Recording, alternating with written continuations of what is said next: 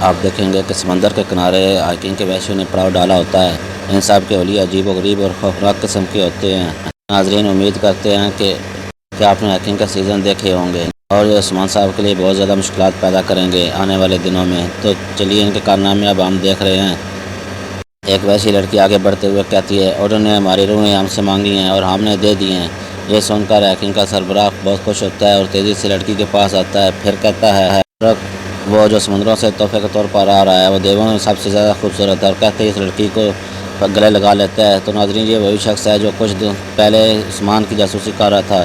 پھر لڑکی کہتی ہے، غسیلے پہاڑوں سے آنے والا میرا جنگلی شیر ایک شریف جانور میں کیسے تبدیل ہو رہا ہے۔ اس کے بعد وہ سب باری باری سب سے ملتی ہے، پھر پوچھتی ہے ساگا کہاں ہے۔ اس سے پہلے کہ کوئی جواب دیتا ہے ایک ویسی بلند آواز سے کہتا ہے، کوزینوس آ رہا ہے، اور اس کے ساتھ ہی کوزینوس سپاہیوں کے ساتھ وہاں پہنچ جاتا ہے۔ ہائکنگ کا سربراہ کہتا ہے کہ میں جانتا ہوں تم یہاں کیوں آئے۔ یہ کہتے ہوئے ساتھ ایک چھوٹا سا ڈبہ کوزینوس کو دیتا ہے اور امید کہتا ہے یہ تمہارے لیے تحفہ ہے۔ اس کے ساتھ ہی وہ منظر دکھایا جاتا ہے جب کچھ دن پہلے محل میں سنتور کو بیزنطینی نے مار زندان میں ڈال دیا تھا، اسی لیے میں وہاں فرق آئی تھی۔ سنتور نے پوچھا تم کون ہو؟ فرق نے کہا میں تمہاری موت لائے ہوں۔ یہ کہتے ہوئے پھٹ کے پلک جھپکتے ہی اس کو موت کا گھاٹ اتار دیا۔ پھر فرق نے کہا مرنے والوں کی نظریں بہت خوبصورت ہوتی ہیں۔ اس کے ساتھ ہی اس نے دونوں آنکھیں نکال لیں۔ اس کے خیال کے بعد کوزینوس وہ ڈبہ کھولتا ہے اور ہائکنگ کا سربراہ کہتا ہے میری دیوی کی طرف سے یہ تمہارے لیے تحفہ ہے۔ پھر فرق کہتی ہے ہم نے آپ کی جان بچائی۔ ہائکنگ کا سربراہ کہتا ہے ہم نے روم کے نئے شہنشاہ کو بچایا ہے۔ ادھر قسطنطنیہ محل میں شہنشاہ اور عثمان کے سامنے سندور کی لاش پڑی ہوتی ہے، اور شہنشاہ اسے دیکھتے ہوئے غصے سے کہتا ہے سنتور تم کس کے لیے کام کر رہے تھے؟ لعنت ہو، یہ کس نے کیا؟ یہ کہتے ہی ساتھ میں شہنشاہ ایک دم سے کھڑا ہو جاتا ہے اور عثمان کہتا ہے یہ ظاہر ہے کہ سنتور نے جو کچھ دیکھا اس سے کسی کو تکلیف ہوئی ہوگی۔ اس پر شہنشاہ کہتا ہے اگر یہ اپنا منہ کھولتا تو میرا ایک نیا مقصد ہوتا۔ عثمان صاحب کہتے ہیں کہ شہنشاہ پرسکون رہیں، ہم مل کر اس کا حل نکالیں گے۔ تو شہنشاہ پوچھتا ہے کیسے عثمان صاحب کیسے؟ میرا تخت خطرے میں ہے اور میرا قیدی میرے زندان میں مارا گیا ہے، میں کس پر بھروسہ کروں؟ عثمان صاحب جواب میں کہتے ہیں آپ ان لوگوں پر بھروسہ کریں گے جو اس وقت آپ کے ساتھ تھے جب یہ سب ہو رہا تھا۔ اندرن کو ہم ان گدڑوں کو آپ کو مارنے نہیں دیں گے۔ اس پر شہنشاہ کہتا ہے آپ نے جو کچھ کیا میں اس کا مشکور ہوں عثمان صاحب۔ عثمان کہتا ہے لیکن آپ کو پھر بھی محتاط رہنا ہوگا، احتیاط کے طور پر میرے سپاہی محل کے آس پاس رہیں گے، آپ مجھے واپس جانا چاہیے۔ یہ کہتے عثمان صاحب وہاں سے چلا جاتا ہے، دوسری جانب سمندر کنارے شنکا والا ڈبہ نیچے پھینک دیتا ہے اور کہتا ہے کہ سب پوشیدہ تھا لیکن تمہیں کیسے پتہ چلا؟ تو ہائکنگ کا سربراہ کہتا ہے میں یہ بھی جانتا ہوں کہ عثمان نامی ترک نے تمہارا منصوبہ ناکام کر دیا، شمال کے دیوتاؤں نے مجھ سے سرگوشی کی۔ تو کوزینوس کہتا ہے آپ نے میرے لیے سب کچھ مفید کیا، اب تمہیں چاہیے کیا؟ اس پر الف کو قریب سے کہتا ہے میں ایک رگڑ بگے کو شیر کو مارنے نہیں دوں گا اور میں بزدلوں کا بہادروں کو مارنے نہیں دوں گا۔ یہ سن کر پوچھتا ہے تم ایسا کیوں کر رہے ہو؟ جواب میں الف کہتا ہے کیونکہ دیوتا کی میز پر صرف بہادر ہی بیٹھ سکتے ہیں۔ پھر کوزینوس پوچھتا ہے تم مجھ سے چاہتے کیا ہو؟ تو کہتا ہے سب سے زیادہ جو تم نے وعدہ کیا تھا، ایک فوج ہم تمہارے لیے تخت لے کر دیں گے اور تم اپنی فوج ہمارے حوالے کرو گے۔ عثمان کی موت پر یہ پیو۔ یہ کہتے ساتھ کوزینوس کو دیتا ہے۔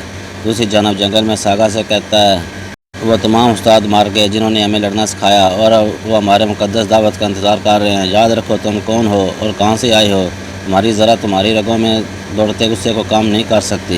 قتل کر کے اپنا غصہ مزید پھیلاؤ، اردن یہی چاہتا ہے، اولا بھی یہی چاہتا ہے۔ یہ سن کر تمام ویسی اردن پکارتے ہیں۔ اسی لیے میں ایک کے پاس آ کر کہتا ہے ساگا وہ آ رہے ہیں۔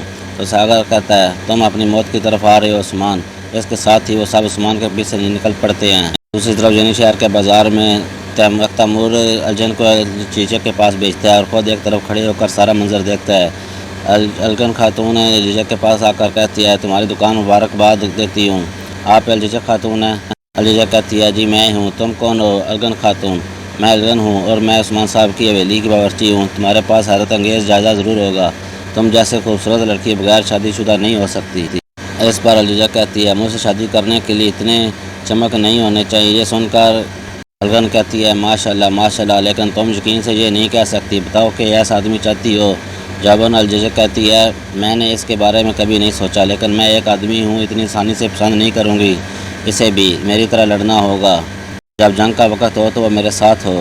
یہ سن کر الجن کہتی ہے کیا کوئی ایسا ہے تم اسے جانتی ہو؟ اناگول کے شہید گندوز صاحب کا بیٹا تیمور۔ یہ سن کر چیچک تیمور کی جانب دیکھتی ہے تو تیمور شرماتے ہوئے وہاں سے چلا جاتا ہے۔ یہ دیکھ کر چیچک کہتی ہے معذرت میں اپنی ماں کو دیکھنے جا رہی ہوں، ساتھ ہی وہ آگے بڑھ جاتی ہے۔ الجن کہتی ہے یہ لڑکی ایک تیمور کے لیے بہترین ہے میرے عظیم رب، دوسری طرف سمندر کنارے کو زینوس کہتا ہے تو ساگر عثمان کے پیچھے رہا اور سنتور مر گیا ہے، لیکن عثمان میدان تک کیسے پہنچا اور اس نے یہ سب کیسے روکا؟ تو کہتا ہے سرکش یہ عثمان کا نام ہے، میں تمہارے ساتھ کھڑا رہوں گا۔ اسی جانب عثمان اور اس کے جان باز یعنی شہر کی جان میں رواں ہوتے ہیں، اسی لمحے ایک کلاڑا ان کے سامنے درخت پر آ کر لگتا ہے۔ عثمان کہتا ہے احتیاط کرو سپاہی اور محتاط رہو۔ اس کے ساتھ ہی ساگا اپنے آدمیوں کے ساتھ عثمان کے سامنے آتا ہے، انہیں دیکھ کر عثمان اور اس کے سپاہی بھی ہوشیار ہو جاتے ہیں اور ساگا عثمان سے کہتا ہے عثمان ایک حقیقی سپاہی کی طرح مجھ سے لڑو تاکہ اپنی موت سے جا ملو۔ جو آپ نے عثمان کہتا ہے آؤ تمہیں دیکھ لیتے ہیں۔ سب سپاہیوں یعنی شہر پہنچنے تک کسی پر رحم مت کھانا، جو بھی راستے میں آئے اسے مار ڈال۔ ساتھ ہی عثمان اللہ اکبر کا نعرہ بلند کرتے ہوئے وحشیوں پر ٹوٹ پڑتے ہیں۔ دیکھتے ہی دیکھتے جنگل میدان جنگ بن جاتا ہے۔ عثمان پہلے حملے میں ہی بہت سے وحشیوں کو کاٹ ڈالتا ہے۔ عثمان کے سپاہی وحشیوں کو مار رہے ہوتے ہیں۔ لڑائی کے دوران عثمان کا سامنا ساگا سے ہوتا ہے اور ساگا کہتا ہے تمہاری موت تمہارے دوستوں میں خوف پھیلا دے گی۔ جب عثمان کہتا ہے کیا تمہیں یہ کسی کے دل میں خوف نظر آتا ہے؟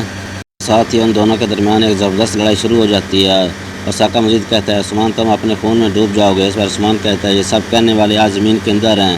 تو ساگا کہتا ہے میرا تعلق ایسی زمین سے نہیں، عثمان میں اردن سے ہوں۔ کافی دیر تک دونوں کے درمیان اچھا مقابلہ ہوتا ہے۔ لڑائی کے دوران عثمان بری طرح ساگا کو دبوچ لیتا ہے تو ساگر کہتا ہے کیا تمہیں لگتا ہے کہ میں تکلیف میں ہوں؟ عثمان کہتا ہے کیا تمہیں محسوس نہیں ہوگا؟ جبکہ عثمان کے سپاہی مسلسل ساگا کے آدمی کو جانب حاصل کر رہے ہوتے ہیں۔ کافی دیر کی لڑائی کے بعد عثمان کلاڑے سے ساگا کو گھٹنوں پر لے آتا ہے۔ عثمان کے ساتھی بھی تمام وحشیوں کا صفایا کر دیتے ہیں اور ساگا عثمان سے کہتا ہے عثمان وہ تمہارے پیچھے آئیں گے، عثمان وہ تمہارے پیچھے آئیں گے۔ تو عثمان کہتا ہے آنے دو انہیں، آنے دو۔ دوستوں کے لیے وطن اور دشمنوں کے لیے یہ زمینیں مزار ہیں، ان کی زمینوں کے نیچے بھیجنے کا وعدہ کرتا ہوں۔ یہ کہتے ہوئے عثمان کلاڑی کے وار سے ساگر کی موت کو گھاٹ اتار دیتا ہے اور پھر کلاڑے کو اچھی طرح سے دیکھتا ہے۔ اس کے بعد آگے بڑھ کر درخت میں لگا کلاڑا بھی نکال لیتا ہے۔ پھر دونوں کلاڑوں کا بغور اجازت لیتے ہوئے کہتا ہے سپاہیوں تیار ہو جاؤ، ہم یعنی شہر جا رہے ہیں۔ یہ کہتے ہی وہ سب وہاں سے روانہ ہو جاتے ہیں۔ اگلے منظر میں عثمان اپنے جانوروں کے بازوں کے ساتھ کھلے میدان میں گھوڑے دوڑا رہے ہوتے ہیں اور سب بڑی تیزی کے ساتھ یعنی شہر کی جانب بڑھتے ہی چلے جاتے ہیں۔ دوسری طرف سمندر کنارے ایک وحشی ساگر کی لاش لے کر ان کے پاس آتا ہے۔ ساگر کی لاش دیکھ کر تمام وحشی جمع ہو جاتے ہیں۔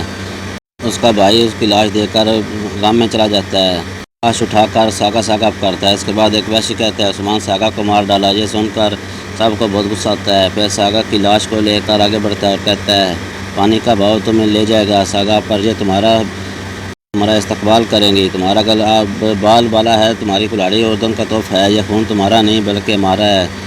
اردن کو ہمارا سلام بھیجتا ہوں۔ میرے چھوٹے بھائی میں تم سے ایک وعدہ کرتا ہوں تمہارا انتقام لینے کے لیے، اگر میں نے اردن کو اپنی طرف نہ موڑ لیا تو میں شیطان کے ساتھ ہو جاؤں گا، خون بہایا ہوا میں ہزاروں جانیں لینے سے نہیں رکوں گا۔